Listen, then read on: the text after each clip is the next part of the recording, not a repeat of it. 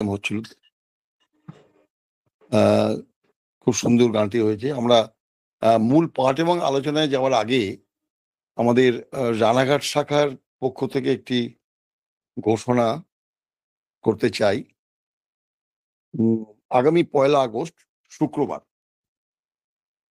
রানাঘাটে শ্রী অরবিন্দের পবিত্র দিব্যদেহাংশ সংস্থাপনের 27তম বার্ষিক উদযাপন হবে। গতবারে আমাদের দ্বিতীয় শনিবারে আমরা ইনভাইটেশন, যেটা চিঠি সব জায়গায় পাঠিয়েছি, এখন তো প্রযুক্তির উন্নতির জন্য কমিউনিকেশন অফ ইনফরমেশনস অনেক এফেক্টিভ হয়েছে। তো অনুষ্ঠান সূচিটাও আমি আজকেও পাঠিয়ে দিয়েছি। আর সকলের আমন্ত্রণ নিমন্ত্রণ রইল। সুধীনবাবু আসবেন। আসবার পথের নির্দেশ সুধীনবাবুর কাছ থেকে ছেড়ে নিতে পারবেন বা আমাকেও ফোন করতে পারেন।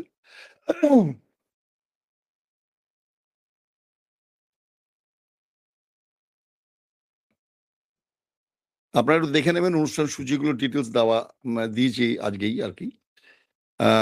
আমরা এবার মূল অনুষ্ঠানে যাব। সুধীন্দ্রবাবুকে ডেকে নেব। সুধীন্দ্রবাবু একটু দেরিতেই আসতে পেরেছেন, আটকে ছিলেন সেই কাজে। সুধীন্দ্রবাবু, আপনি শুরু করতে পারেন আপনার পাঠ এবং আলোচনা।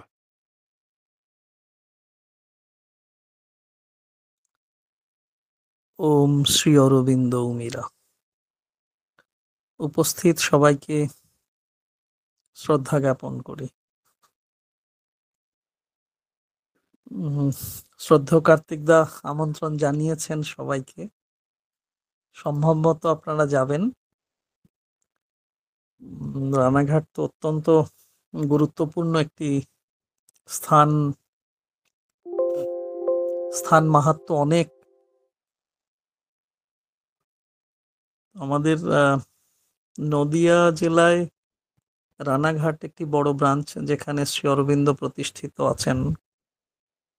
তার আগের স্টেশন শিয়ালদা থেকে গেলে পায়রাডাঙ্গায় প্রতি মাসের দ্বিতীয় রবিবার সেখানে সাধ্যায় অনুষ্ঠিত হয়। সেখানেও অনেকে যান, যেতেও পারেন। তো অগাস্ট মাসটা এমন ভাবেই অগাস্ট হয়ে উঠেছে। 1 আগস্ট শ্রী অরবিন্দ সোসাইটি রানাঘাটের 27তম রেলিক্স ইনস্ট্রাইনমেন্ট ডে। তার অনুষ্ঠান 2 তারিখ ইস্ট ক্যালকাটায় অনুষ্ঠান, সান্ধ্য অনুষ্ঠান। 3 তারিখ শ্রী অরবিন্দ সোসাইটি কাজিয়াখালী কেন্দ্রের অনুষ্ঠান। 10 তারিখ রবিবার পায়রাডাঙ্গা শ্রী অরবিন্দ সোসাইটি পায়রাডাঙ্গা শাখার অনুষ্ঠান। 17 তারিখ শ্রী অরবিন্দ সোসাইটি সোনারপুর গঙ্গাজোয়ারা সাধ্যায়। 24 আগস্ট শ্রী অরবিন্দ সোসাইটি মধ্যমগ্রাম কেন্দ্র একটি অনুষ্ঠানের আয়োজন করেছেন। 31 তারিখ শ্রী অরবিন্দ সোসাইটি বর্ধমান শাখার বিশেষ অনুষ্ঠান, বার্ষিক অনুষ্ঠানই বলবো। সেখানে সোভেনির প্রকাশিত হবে, বেশ বড় করেই অনুষ্ঠান হয়। তো আগস্ট মাসটা একদম ভরপুর। 5টা রবিবার ভগবান মিলিয়ে দিয়েছেন। 5 জায়গায় যাওয়ার সুযোগ হয়েছে, তার উপরে 1 এবং 2 পরপর। জানি না কতদূর কি পৌঁছতে পারবো, তবে আশা আছে। আমরা যেমন পড়ছি দ্য সিক্রেট অব দ্য ভেদা, কোনো পাণ্ডিত্যপূর্ণ পাঠ এটা নয়। শ্রী অরবিন্দের রচনা, মূল রচনা থেকে পড়ার চেষ্টা করা, সেই অনুযায়ী স্বীকৃত অনুবাদ থেকে একটু পড়ে বিষয়গত দিক ধরে যদি খানিকটা একেবারে ন্যূনতমটুকুও যদি এগোনো যায়। বেদ সম্বন্ধীয় যে যত আলোচনা হয়েছে, তাতে স্পষ্টতই বলা হয়েছে যে বেদ পাঠ না করলে মানব জন্মের পূর্ণতা লাভ হয় না, এমন এমন কথা বলা আছে, আমরা পড়ি। তাহলে যদি একটু আধটু সুযোগ মেলে, এই যে শ্রী অরবিন্দ সোসাইটি রানাঘাট শাখা এর যে আয়োজন করেছেন, এর জন্যে শ্রী ভগবান কত যে আশীর্বাদ করবেন ওদের, আর আমাদের শুভেচ্ছা তো আছেই, ইচ্ছেও করে। আমরা আগের দিনই যেমন এরকম একটি বোধহয় কথা বলেছিলাম একেবারে পাঠের শেষে, যেটা পাঠকের কথা নয়, এটা বৈদিক ব্যাখ্যানুযায়ী যে প্রবর্তনা তারই উল্লেখ করা, যে বেদমন্ত্র পাঠ করলে যেমন দিব্য তৃষ্ণা জন্মায়, দিব্য পিপাসা জন্মায়, আমাদের জলপান করার জন্য তৃষ্ণা আমরা বোধ করি, তেমনি দিব্য তৃষ্ণাও আসে। কিসের জন্যে, কিভাবে আসে? বেদমন্ত্র পাঠ করলে।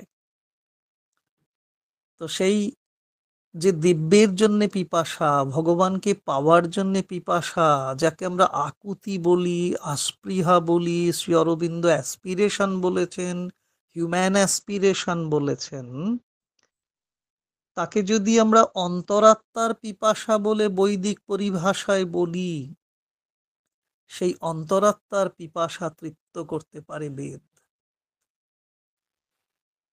তার যে 4টি ভাগ অনুযায়ী তার অনেক পর্ব ধরে এগোনো, অনেক তাত্ত্বিকভাবে এগোনোর সময়, সুযোগ, মেধা আমাদের নেই। আমরা বড় স্বল্প মেধার মানুষ। তবুও এ কথাটা আমাদের কাছে বোধহয় বড় করে লিখে রাখা যায়, মনে রাখতে পারি, সব সময়ের জন্য স্মরণ করতে পারি যে অন্তরাত্মার পিপাসা তৃপ্ত করতে পারে বেদ। তাহলেই কিছু কিছু ক্ষেত্রে যতটুকু পারা যায় আমরা সেটা পড়তে পারবো। প্যারাগ্রাফ 8 আমাদের পড়া চলছে, 8 নম্বর প্যারাগ্রাফ, ওই 7 নম্বর প্যারাগ্রাফ শেষ হয়েছে আগের দিন। হ্যাঁ, আজকে প্যারাগ্রাফ 8-এর অনুচ্ছেদ 8 প্রথম বাক্যটি পড়ার চেষ্টা করি। লিখছেন শ্রী অরবিন্দ। যাদের কাছে মূল গ্রন্থটি, মহাগ্রন্থটি রয়েছে দেখতে পারেন।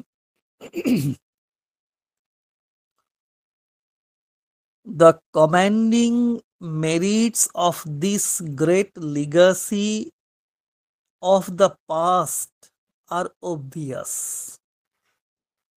একটা গ্রেট লিগাসির কথা বলছেন, অতীতের সেই ঐতিহ্যের কথা। অতীত থেকে উত্তরাধিকার সূত্রে প্রাপ্ত এই মহান বস্তুটার আকর্ষক গুণাবলী সুস্পষ্ট। ওই যে অন্তরাত্মার পিপাসা তৃপ্ত করতে পারে বেদ, তো তাকে কিভাবে পেতে পারি? অতীত থেকে উত্তরাধিকার সূত্রে আমরা পেতে পারি।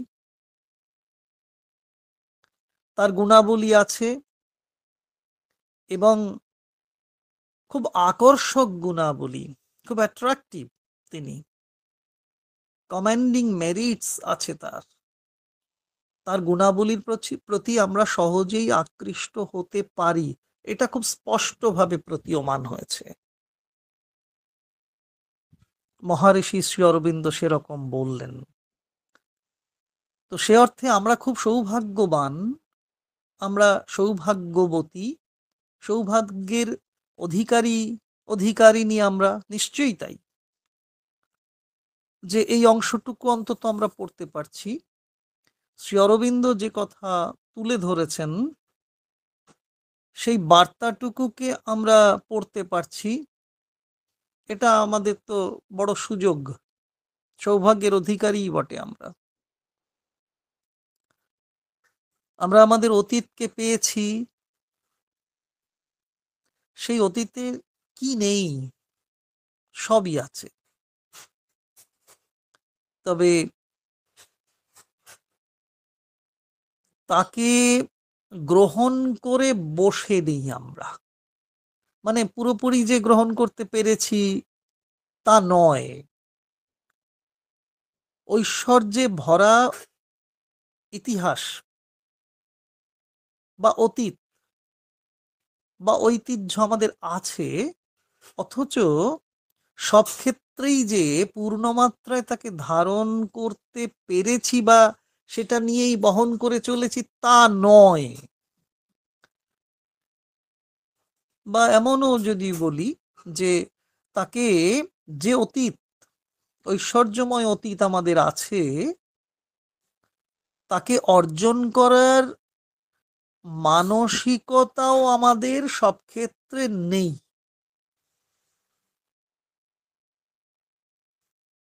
এ কথা বলায় ত্রুটি থাকতে পারে, দোষ থাকতে পারে, অন্তত ব্যক্তিগতভাবে আমি বলতে পারি তাকে অর্জন করার মানসিকতা নেই আমার, পারিনি। এখন যদি মানসিকতা একটু একটু করে এসে থাকে সেটা প্রাপ্তি।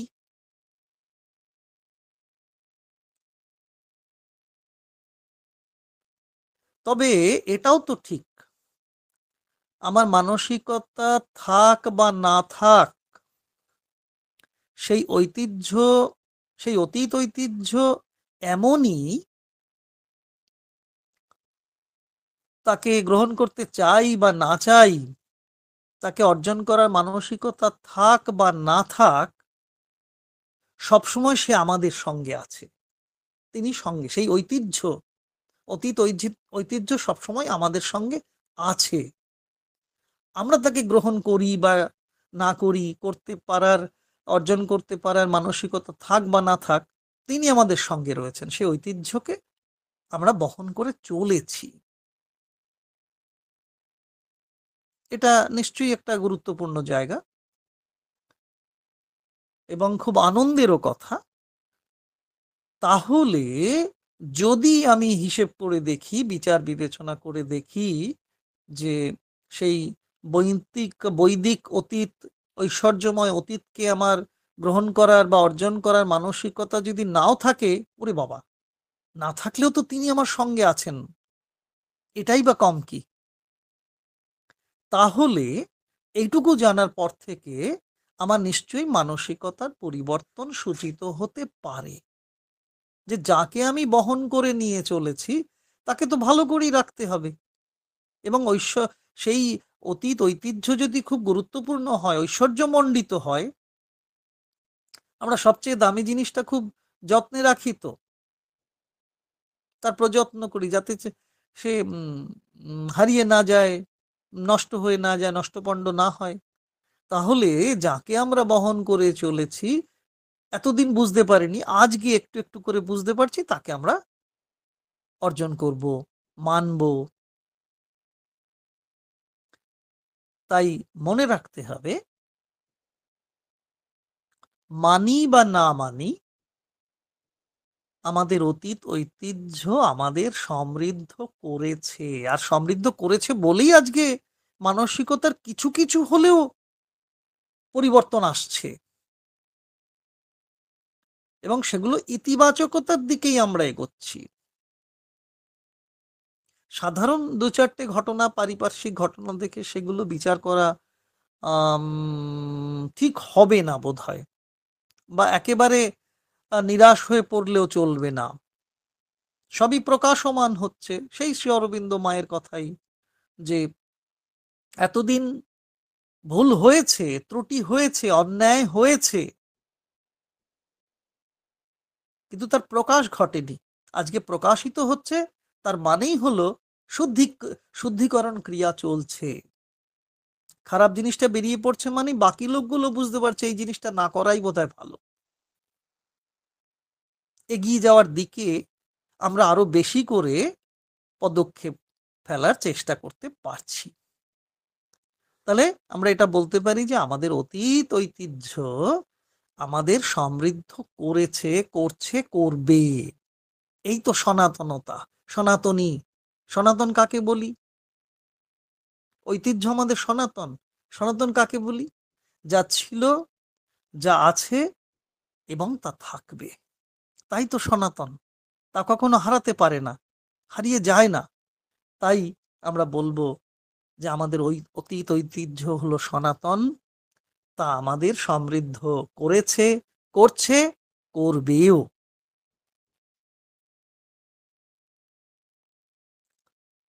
ভারতীয় জীবনে ভারতীয় জীবনে বেদ ও উপনিষদের প্রভাব আছে এবং সবখানে তা ছড়িয়ে আছে।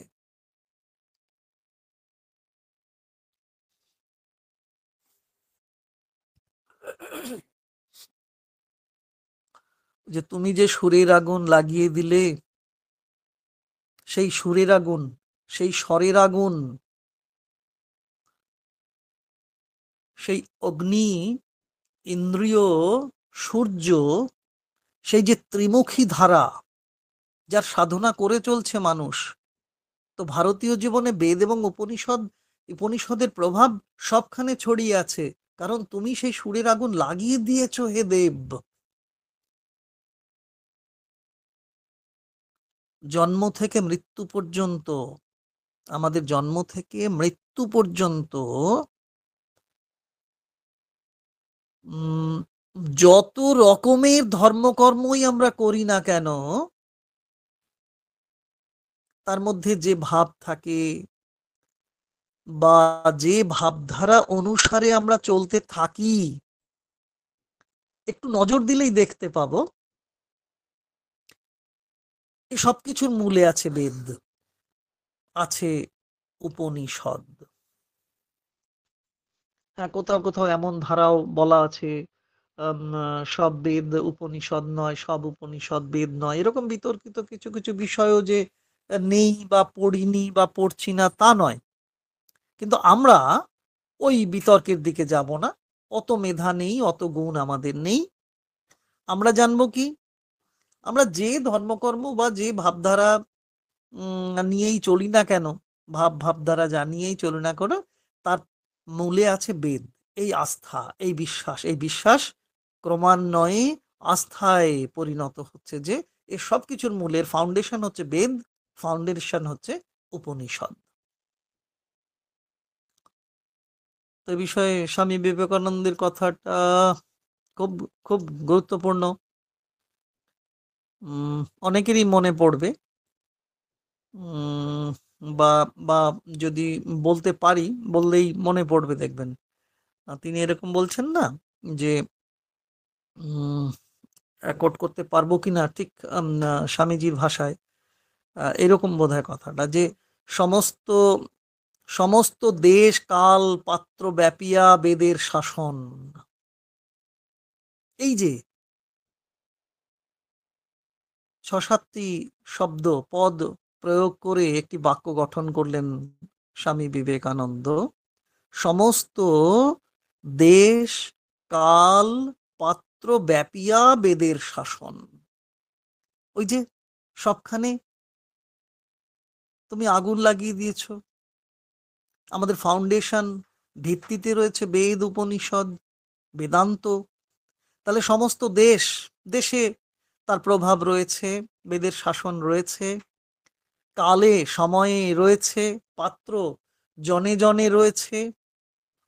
তাহলে সব ক্ষেত্রে দেশ কাল পাত্র অভেদে বেদের ক্রিয়া চলছে। তার মানে তো বুঝে নিতে হয় বেদের প্রভাব কতটা ব্যাপক।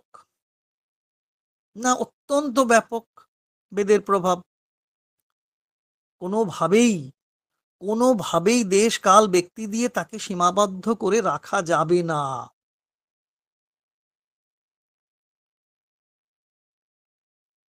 এই ফাউন্ডেশন, এই ভিত্তি ধরে আমরা এগোনোর চেষ্টা করিও। হয়তো এতদিন উম ঠিক সচেতন ভাবে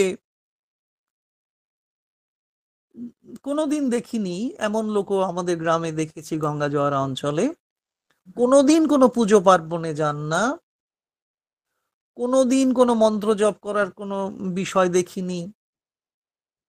একদিন স্নানের দৃশ্য দেখে অবাক, পুকুরে স্নান করছেন, নয়াবাদ স্কুলের সামনে তখন বিশাল একটি পুকুর ছিল ওই পাশটায়, ঠিক স্কুলের সামনে না, যেতে বাদিকে এখনো আছে সে পুকুর ক্লাবের পাশে।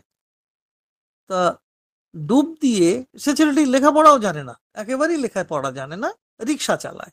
এখন বেঁচে আছে কিনা আমি ঠিক জানি না, তার বাবাকে চিনতাম, বাবা মারা গেছেন, প্রাইমারি স্কুলের মাস্টারমশাই ছিলেন। তা ওই পুকুরে ডুব দিয়ে, কয়েকবার ডুব দিয়ে উঠে দেখি হাত জোর করে প্রণাম করছে। সে, আমাদের কাছে মনে হয়েছে সে কিচ্ছু জানে না, অথচ সে প্রণাম, দুটো হাত জোর করে সূর্যের দিকে তাকিয়ে প্রণাম করছে।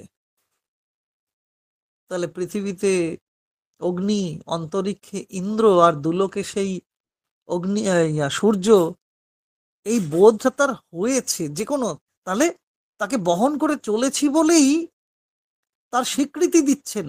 একটা নিরক্ষর মানুষও সেই স্বীকৃতি দিচ্ছে, কারণ সে অন্তরে বহন করে চলেছে সেই সত্যকে। পরের বাক্যটি পড়ছি। আমি অনেক গল্প করে ফেলি, কিছু মনে করবেন না আপনারা। পরের বাক্যটি, সায়ন মহারাজের নাম আসছে, লিখছেন শ্রী অরবিন্দ।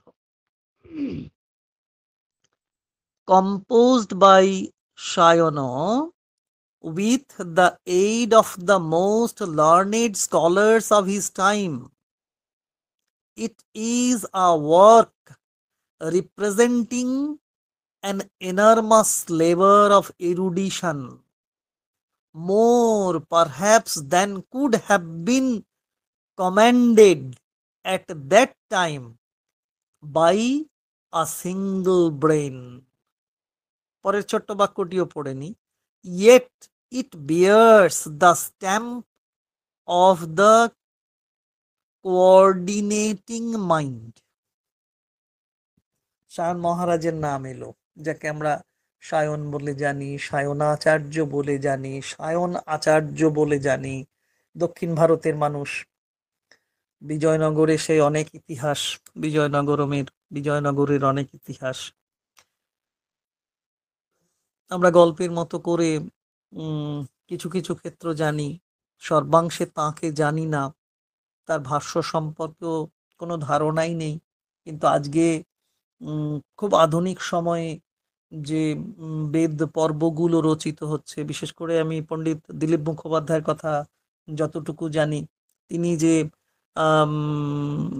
বেদ অংশগুলো নতুন করে প্রকাশ করছেন বিভিন্ন প্রকাশনা থেকে, তাতে স্পষ্টতই লেখা থাকছে যে সায়নাচার্যের ভাষ্য অনুযায়ী অনুবাদকৃত হয়েছে। তো এই যে স্বীকৃতি, আমরা জানি সায়নাচার্য ঋগ্বেদ, সামবেদ, যজুর্বেদ এবং অথর্ববেদের প্রত্যেকটিরই ভাষ্য রচনা করেছেন। আমরা খুব একটা পাই না, তবে আবার পাইও।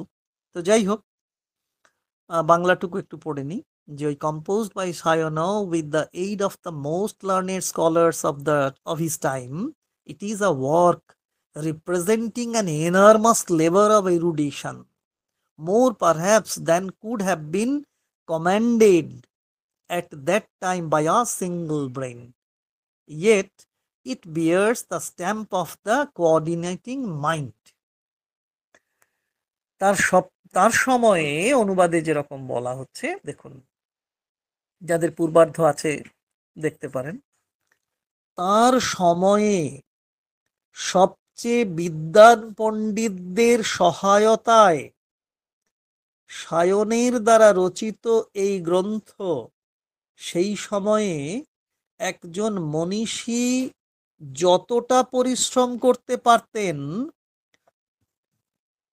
সম্ভবত তার চেয়ে অধিক বিদ্যাবত্তার প্রযত্নের প্রতিনিধি। তবুও এর ওপরে একটি সমন্বয়কারী মনের ছাপ আছে। তাহলে সায়ন মহারাজ যখন লিখছেন, সায়নদেব যখন লিখছেন, সেই ভাষ্য রচনা করছেন,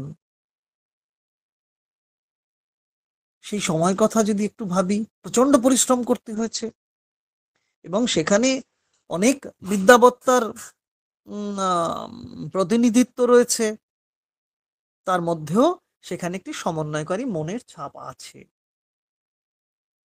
তাহলে সমন্বয় বিষয়টি রয়েছে, কোঅর্ডিনেশনের বিষয়টি রয়েছে সর্বক্ষেত্রে। আমরা এরকম বিষয় সম্পর্কে পড়তে বসে মনে করতে পারি যে একেবারে সামগ্রিক দিক থেকে,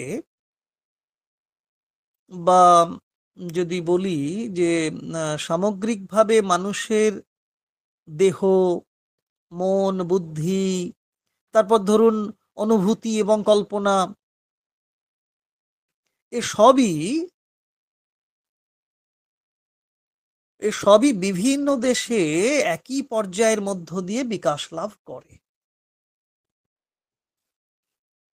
আজকে আমি যেটা ভাবছি, দেখা যাবে সেই ভাবনায় ভাবিত হচ্ছেন পার্শ্ববর্তী বাড়ির কোনো মানুষ, পার্শ্ববর্তী গ্রামের কোনো মানুষ, পার্শ্ববর্তী পঞ্চায়েতের কোনো মানুষ, এরকম ভাবে দিকে দিকে এগুলো এগোতে থাকে। তবু অন্য দেশের পণ্ডিতবর্গ যেভাবে ভেবেছেন, সায়নাচার্যের ভাবনা, তার গবেষণা আমাদের অনেকটাই এগিয়ে দিয়েছে। হ্যাঁ, অন্য দেশের পণ্ডিতবর্গ হয়তো ভেবেছেন, তো তারাও যে গুরুত্ব দিয়েছেন, পরবর্তী আমরা অংশে গিয়ে দেখব যে ইউরোপীয় পণ্ডিতবর্গ সায়ন মহারাজের ভাষ্যকে ভীষণ গুরুত্ব দিয়েছেন। তো সেদিক থেকে আমরা বলতে পারি যে বিভিন্ন দেশের পণ্ডিত বর্গ বিভিন্নভাবে ভেবেছেন, তারা তো আর তখন বেদ আলোচনা করতে পারেননি। হুম। তো আমরা জানবো সায়নাচার্যের যে ভাবনা, তার যে গবেষণা, সেটা আমাদের অনেকটা এগিয়ে দিয়েছে। শুধু আমাদের ভারতীয়দেরই এগিয়ে দেয়নি, ইউরোপীয়দের এগিয়ে দিয়েছে, বা অন্যান্য মহাদেশের কোনো পণ্ডিত যদি সে বিষয়ে সমসময়ে ভাবিত থাকতেন, নিশ্চয়ই তারাও সায়নাচার্যের কাছ থেকে সেই উপাদান পেয়েছেন। তাহলে তার কাজের সহায়তায় আমরাও এগিয়ে থাকতে পারি, আগে পেরেছি, ভবিষ্যতেও পারবো। আসল বিষয়টা কি? না বেদের মর্মমূলে ঢুকতে হবে? অবশ্যই সদিচ্ছা আমাদের যদি থাকে, যার যার থাকবে। ওই যে প্রথমে একটা কথা বলছিলাম না, পড়তে পড়তেই জেনেছি যে অন্তত ভারতীয়দের ক্ষেত্রে মানুষ হয়ে জন্ম নিয়েছি, তাহলে বেদ আমাদের অধিগত করার একটা চেষ্টা করতে হবে। যদিও বলা হয় বেদের মন্ত্র উচ্চারণ করা যায়, কিন্তু তা যদি অনুধাবন করা না যায় তাহলেও তার মর্মবাণী গ্রহণ করা যায় না। আমরা চেষ্টা করব বিভিন্ন ভাষ্যের মাধ্যমে। ইয়াস্ক মহারাজ অনেকটা পথ আমাদের এগিয়ে দেওয়ার চেষ্টা করেছেন, আমরাও চেষ্টা করছি। এই তো সদিচ্ছা আছে বলেই তো শ্রী ভগবান কোথা থেকে অত্যন্ত প্রিয় মানুষেরা এসে গঙ্গা জরায় পৌঁছে দিচ্ছেন, ইয়াস্ক ঋষির নিরুক্তম গ্রন্থ, সেই লেক্সিকান পৌঁছে দিচ্ছেন। কৃতজ্ঞতার কি শেষ থাকে? কোনো ব্যক্তির প্রতি কৃতজ্ঞতা মানে ব্যক্তির অন্তঃস্থিত শ্রী ভগবানকে কৃতজ্ঞতা জানানো। মা প্রণাম করছেন, প্রণামের ভঙ্গি দেখে বলছে তুমি প্রণাম করছো কেন? মা বলছেন যে সত্যের অবতরণ ঘটছে, তার প্রতি আমি প্রণত। বেদের মর্মমূলে আমাদের ঢুকতে হবে। বেদের মর্মমূলে ঢুকতে পারার যে পথ, তা সায়নাচার্যই ভালোভাবে দেখিয়ে দিয়েছেন। হ্যাঁ, অনেকেই অনেকভাবে বলেছেন, পরে আমরা জানবো তারও লিমিটেশনস এসেছে, সীমিতি এসেছে, সীমাবদ্ধতা এসেছে, সেটা পরের কথা। আমরা কতটুকু পড়ি, কতটুকু জানি যে তার সীমাবদ্ধতা খুঁজতে যাব এখন থেকেই? আমরা জানবো বেদের মর্মমূলে আমরা ঢুকতে চাই, এবং তার এই যে বেদের মর্মমূলে ঢুকতে পারার জন্যে যে পথ দরকার, সেই পথ দেখিয়ে দিয়ে গেছেন আমাদের সায়নাচার্য খুব স্পষ্টভাবে। আগে ইয়াস্কর ঋষিও দেখিয়েছেন, সায়নাচার্য আরো স্পষ্ট করে দিয়েছেন। তবে তিনি অন্যান্যদের অমর্যাদা করেননি।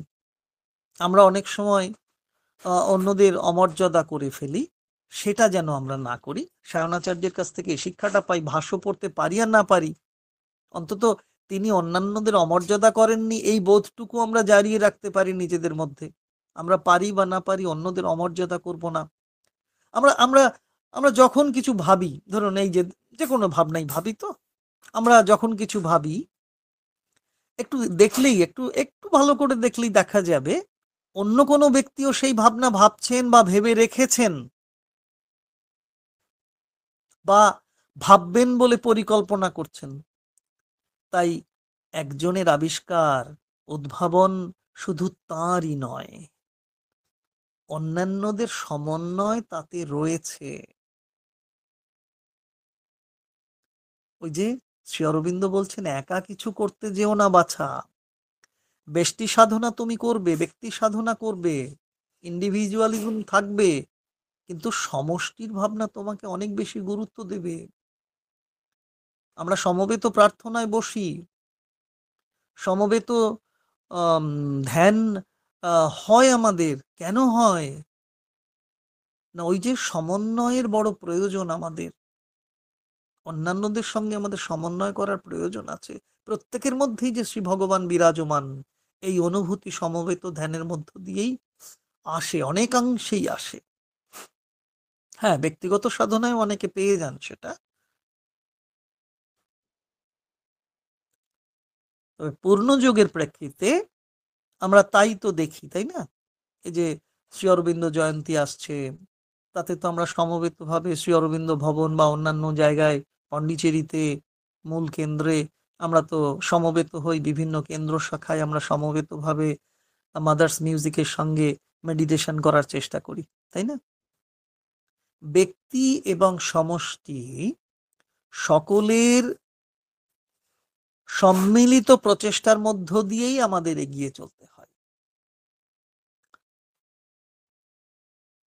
সত্যকে জানার প্রকৃত পথও তো তাই, সত্যকে জানতে হয়। সত্যকে জানলে আমরা মুক্ত হতে পারি। সেই মুক্তি এলে সব অন্ধকার, সব অন্ধকার, সব তমসা তখন দূরীভূত হয়। তখনই প্রকৃত মুক্তি। আর গুরুদেবের সেই গান, আমার মুক্তি আলোয় আলোয়, এই আকাশে আমার মুক্তি আলোয় আলোয়।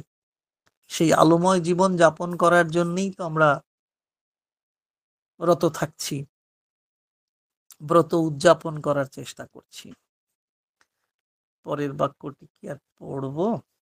শুধু পড়ে রাখি, 2-3 মিনিট সময় আছে, সেন্টেন্সটা পড়ি, পরের দিন আবার এই সেন্টেন্স দিয়ে আমি আলোচনাটা শুরু করার চেষ্টা করব। লিখছেন Shri Aurobindo, first, second, third, fourth sentence, হ্যাঁ, লিখছেন Shri Aurobindo, it is consistent in the mass, in spite of its many inconsistencies of detail, largely planned, yet most simply composed in a style lucid, terse, and possessed of an almost literary grace one would have thought impossible in the traditional form of the Indian commentary. অনুবাদটুকু পড়ে বিরতি টানব। অনুবাদে আমরা এরকম পাচ্ছি, খুঁটিনাটিতে অসামঞ্জস্যপূর্ণ হলেও গ্রন্থটি মোটামুটি সঙ্গতিপূর্ণ, বিরাটভাবে কল্পিত কিন্তু যে ভঙ্গিতে রচিত তা প্রাঞ্জল, সংক্ষিপ্ত ও জোরালো ও এমন সাহিত্যিক সুষমাময় যা ভারতীয় ভাষ্যের চিরাচরিত রূপের মধ্যে প্রায় অসম্ভব বলে মনে হয়। শ্রী অরবিন্দ কোথায় কোথায় রাখছেন সায়ন ভাষ্যকে, সায়নাচার্যের সেই ইন্টারপ্রিটেশনকে কোন জায়গায় রেখেছেন? সবাই ভালো থাকুন, আনন্দে থাকুন। আর আগামীকাল রবিবার আমাদের ডিভাইন আড্ডা আছে, সোমবার শ্রী অরবিন্দ সোসাইটি ভদ্রপুরের অনুষ্ঠান আছে, মঙ্গলবার লাইভ ডিভাইন আছে, বুধ বর্ধমানের শ্রী অরবিন্দ সোসাইটি বর্ধমান শাখার অনুষ্ঠান আছে অনলাইন, বৃহস্পতিবার গঙ্গা জোয়ারা, শুক্রবার পয়লা আগস্ট, যার যতটাই সম্ভব হোক যদি আসতে পারেন শ্রী অরবিন্দ সোসাইটি রানাঘাট গ্র্যান্ড ব্রাঞ্চে আসবেন, আমন্ত্রণ রইল আমার পক্ষ থেকেও। জয় মা, জয় শ্রী অরবিন্দ।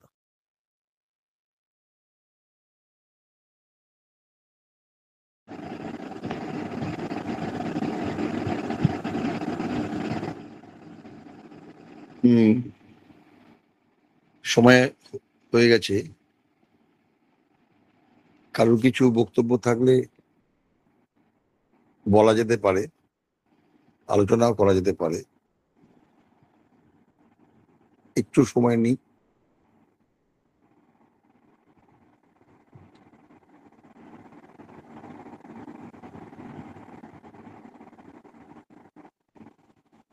ঠিক আছে।